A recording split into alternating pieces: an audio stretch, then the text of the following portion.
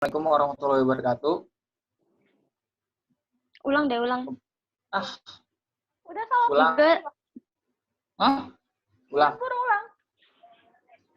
Oke, Assalamualaikum warahmatullahi wabarakatuh. Kembali lagi bersama kita dari kelompok 2. Pertama-tama kita mau memperkenalkan diri dulu. Dengan saya Abdul Qadir Jalani. Saya Ripci Kusuma Dewi. Serius. Jadi sesuai absen aja deh. Abdul Qadir, Rifci, Riyad, Kiki ya. Yes. Iya. Udah. Oke, siap. Salam. Oke. Dah. Dah. Oke, Assalamualaikum warahmatullahi wabarakatuh. Kembali lagi bersama Waalaikumsalam kami warahmatullahi wabarakatuh. Kembali lagi bersama kami dari Ya, astaga. Gak jelas lu. Dijawab enggak nih? Ya dijawab. Jawab. Ya lu mah ngomong mulu anjir. Dijawab dulu ya, Di. Serius lagi. Gue gak balik-balik nih. Iya. Ya buruan. Ya. Oke, Assalamualaikum warahmatullahi wabarakatuh.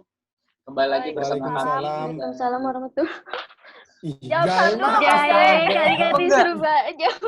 Lu mau jawab dulu apa enggak? Gue tungguin nih. Jawab. Ya udah. Diomongin jawab. Tunggu, Bang Jaya tarik nafas dulu dah. Ya udah. Ya, terus ya. Terakhir nih. Oke, Assalamualaikum warahmatullahi wabarakatuh. Waalaikumsalam warahmatullahi wabarakatuh. Kembali lagi dari kami dari kelompok 2. Pertama-tama kita mau perkenalkan diri dulu dengan saya Jelani. Saya Ripci Kusuma Dewi. Saya Al-Ghifari. Saya Rizky Septiani.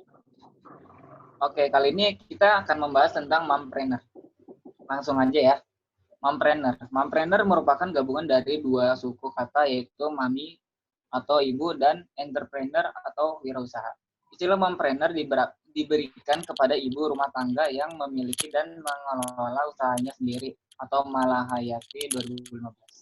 Kemampuan mompreneur dalam menyeimbangkan antara aktivitas sebagai ibu dan wirausaha dianggap mampu menjadi tantangan bagi perkembangan ideologi wirausaha yang meyakini bahwa tujuan wirausaha adalah memperoleh keuntungan atau Korsgaard 2007. Mompreneur adalah generasi baru dari wanita wirausaha yang tumbuh akibat dorongan kebutuhan untuk menyeimbangkan kehidupan berumah tangga dengan kebutuhan untuk bekerja atau melakukan aktivitas produktif atau Sutikno dan Novita 2009. Meskipun dianggap sebagai bagian dari generasi baru, fenomena mompreneur bukanlah fenomena baru. Menurut Huet et al. 2013, mompreneur hanyalah konsep memandang yang baru terhadap sekelompok wirausaha yang masih memerlukan definisi teoritis yang didukung empirik yang valid. Postin 2012 menemukan bahwa motivasi mompreneur untuk memulai bisnis yakni fleksibilitas yang tinggi dan kebebasan untuk mengelola usaha dengan mempertimbangkan komitmen keluarga. Motivasi yang berasal dari keluarga dianggap akan menjadi sumber konflik apabila mompreneur memutuskan untuk mengembangkan usahanya. Sehingga menjadi tantangan untuk para mompreneur di kemudian hari untuk memastikan alasan memulai usaha. Kehadiran teknologi bagi mompreneur menjadi penting namun memunculkan ketergantungan yang tinggi antara mompreneur dengan perkembangan teknologi, informasi, dan komunikasi atau TIK. Hampir segala aktivitas bagi transaksi maupun inovasi bergantung pada perkembangan TIK sehingga TIK menjadi tulang punggung bagi oleh Ricci. Perilaku wirausaha mompreneur turut dipengaruhi faktor individu di mana sikap fleksibilitas menjadi sikap yang paling merefleksikan perilaku wirausaha mompreneur. Fleksibel ini menjadi kunci keberhasilan mompreneur. Semakin fleksibel seorang mompreneur, akan semakin mudah tercapai tujuan dan target usaha yang dikelola. Sikap fleksibel ini juga erat kaitannya dengan kondisi mompreneur yang diperhitungkan opportunity cost ketika memilih untuk menjadi wirausaha. Ada biaya yang harus dikeluarkan dan waktu yang harus dikorbankan ketika seorang mompreneur memilih menjadi seorang wirausaha. Untuk itulah dukungan keluarga dalam faktor individu juga memiliki pengaruh besar dalam refleksikan faktor individu. Dukungan keluarga yang dapat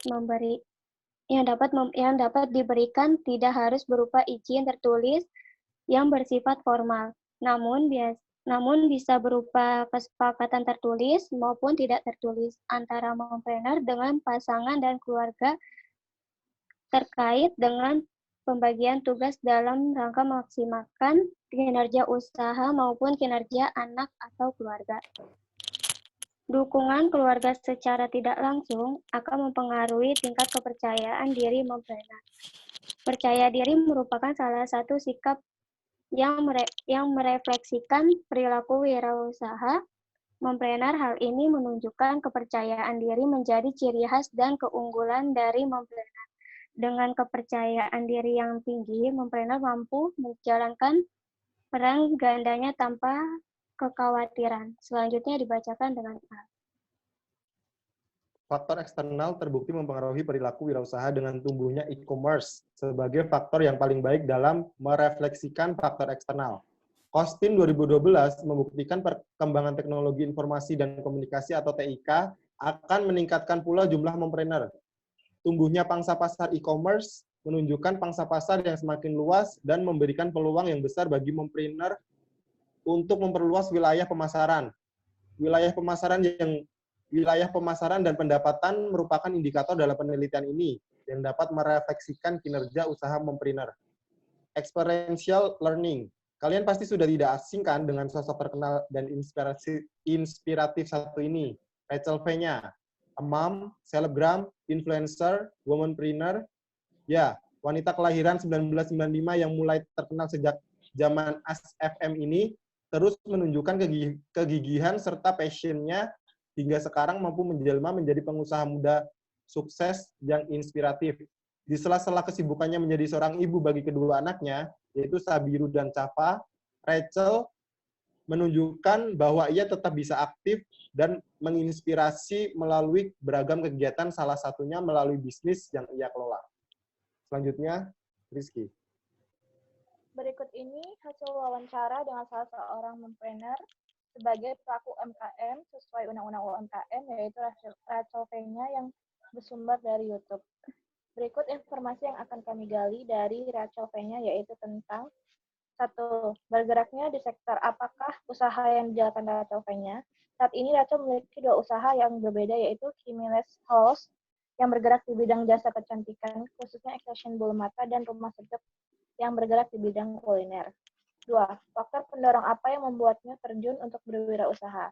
Rachel mengaku faktor pendorong yang membuatnya terjun untuk berwirausaha pertama adalah dia ingin punya penghasilan sendiri dan juga jangan mengikuti tren, target market, dan melihat passion dari diri sendiri.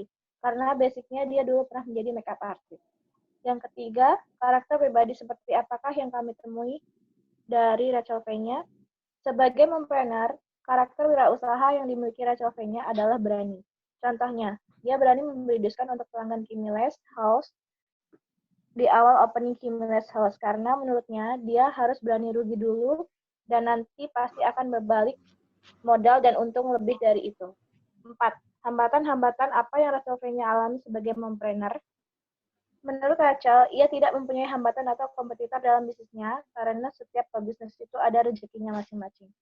Rachel Fenya, daripada memikirkan kompetitor, mending memikirkan komplain customer, karena komplain tersebut yang membangun dan menjadi lebih baik untuk suatu bisnis. 5. Wanita wirausaha dikategorikan dalam beberapa jenis, yaitu aimless, success-oriented, radical, strongly success-oriented, dualist, return workers, and traditionalist. Tergolong manakah Rachel Fenya? Jadi, menurut kami, Rachel Fenya ini dikategorikan sebagai strongly success-oriented karena ia sangat mendengarkan komplain dari customer, sebab komplain tersebut yang membangun dan menjadi lebih baik untuk suatu bisnis dan menuju pada kesuksesan. Oke, mungkin itu saja yang dapat kelompok kami sampaikan. Dan terima kasih udah menonton video ini. Semoga video ini bermanfaat bagi kalian. Selanjutnya saya ucapkan wassalamualaikum warahmatullahi wabarakatuh. Waalaikumsalam warahmatullahi wabarakatuh. Selamat guys. Ya kan? Iki jangan lupa di